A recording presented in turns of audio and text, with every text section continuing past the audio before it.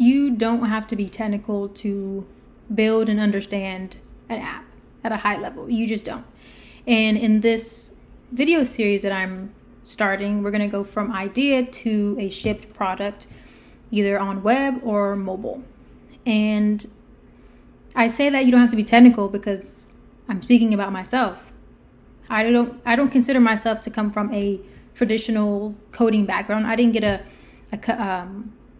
not a customer service degree, a computer science degree.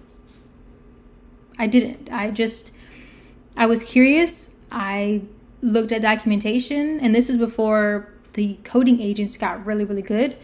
So this was a couple years ago. And then now I have many apps under my belt. I'm now teaching other people how to build their own apps. What we're going to do in this video is take your idea, whatever it is, and then we're going to create an MVP scope out of it. MVP just means minimum viable product. What is the least amount that it needs to function the way you want it to? So let's talk about it. So when I first started, there was this app that I really wanted to build. It was the scope for it at the time, for my expertise, it was up here. And I just was overwhelmed when I looked at the code. I was overwhelmed with all the things. So I ended up putting that scope to the side. Instead of just breaking it down into simpler pieces, I decided, okay, I'm going to do something a little bit simpler, like an app that logs your first time experiences. And that's the first app that I ever published and finished. And even that took me 53 days from the time that I started it to the time that it was published in the App Store. But building time, it took 40 days. And I feel like in these days, that is a long time to build a local only. It has no back end. It has no sign up. None of that. It is just, when I tell you I was struggling. I was making so many rookie mistakes. But we are going to work through this together. So let's start. So the first thing that we're going to do, and what I'm looking at, is the define your idea process. And you can grab this in the description. It'll get sent to your email and you can download it. So it starts with an idea, a 4-step process. So step 1 is to define your business problem. Every great app solves some problem. I mean, just think of an app that you use. What problem does it solve for you? For me, I like to use LinkedIn. LinkedIn solves the problem for me to get access or to reach people that are in my network and outside of my network. Another, Claude Code. It solves the problem of helping me walk through the bills that I do. Every great product solves a problem. So that's number 1. What is the problem that you're solving? The second question is who feels the problem the most? And this is going towards your audience. And I'm not just saying, anybody can go on LinkedIn and find their network, in network, out of network. Sure. But who's the specific person that you're targeting, that you want to hear out your idea? So for me, I'm a young entrepreneur / instructor who wants to connect with people that have the same interests as me. That is very, very specific. And because that's specific enough, you can make content and wording specific enough to that specific person. So we have our problem, what we're solving. We have the specific person that we want to open our app. And then number 3, what does it cost that person to not use your app? So for me, if I don't use LinkedIn, it costs me losing out on connections or clients or seeing something that I'm interested in. Step number 2 is to picture your first user. So I want you to close your eyes Now that you have your idea, you have a specific person in mind, I want you to close your eyes. I want you to imagine that they're picking up your app. What do they look like? What is their day-to-day like? What do they enjoy doing? Why are they even on your app in the first place? That's how it should be. You should be able to pinpoint exactly who your specific person is. You have a specific problem that you're trying to solve, and you have a specific person that you're trying to solve it for.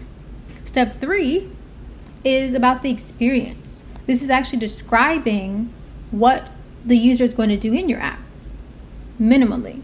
So say that I have built my app for call first timers, where it logs your first time experiences. My user experience that I would describe it as is user opens the app, user can view their first time experiences and reminisce, user can add new experiences, user can share experiences with other people. You should be able to describe your app simply. If it gets too complex, either use AI to help you simplify it or just simplify it yourself. But if you're having a hard time describing your idea, there's an issue there. And then step 4 is to write out your actions. So you would take the experiences, or how the user experiences your app. You take the verbs, the actions in that, and then you'd use that to build out your app. So if I can remember what I just said, I said the user opens first timers. Okay. Do they open it and do they need an account? In my case, no. They don't need an account because it's all local. So I don't need an account for that. Next, the user views their first time experiences. Okay, so I need a screen that has a list of all of the first time experiences. I said to add, the user can add new experiences. So I need another screen that adds the new experiences. And then they can share. So it needs a button that can share to other people. So in that, I have simplified it as much as I can right now. No account.